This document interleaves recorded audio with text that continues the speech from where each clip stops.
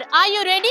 Mark and Save Sohar grand opening January 21st 12 noonku நடக்க இருக்கு. இங்க நிறைய grand opening offers இருக்கு. ஒவ்வொன்றா பார்க்க போறோம் வாங்க.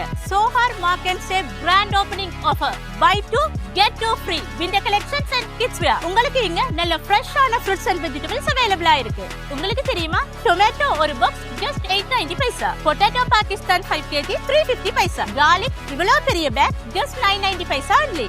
Indian banana per kg 4.90 paisa மட்டுமே.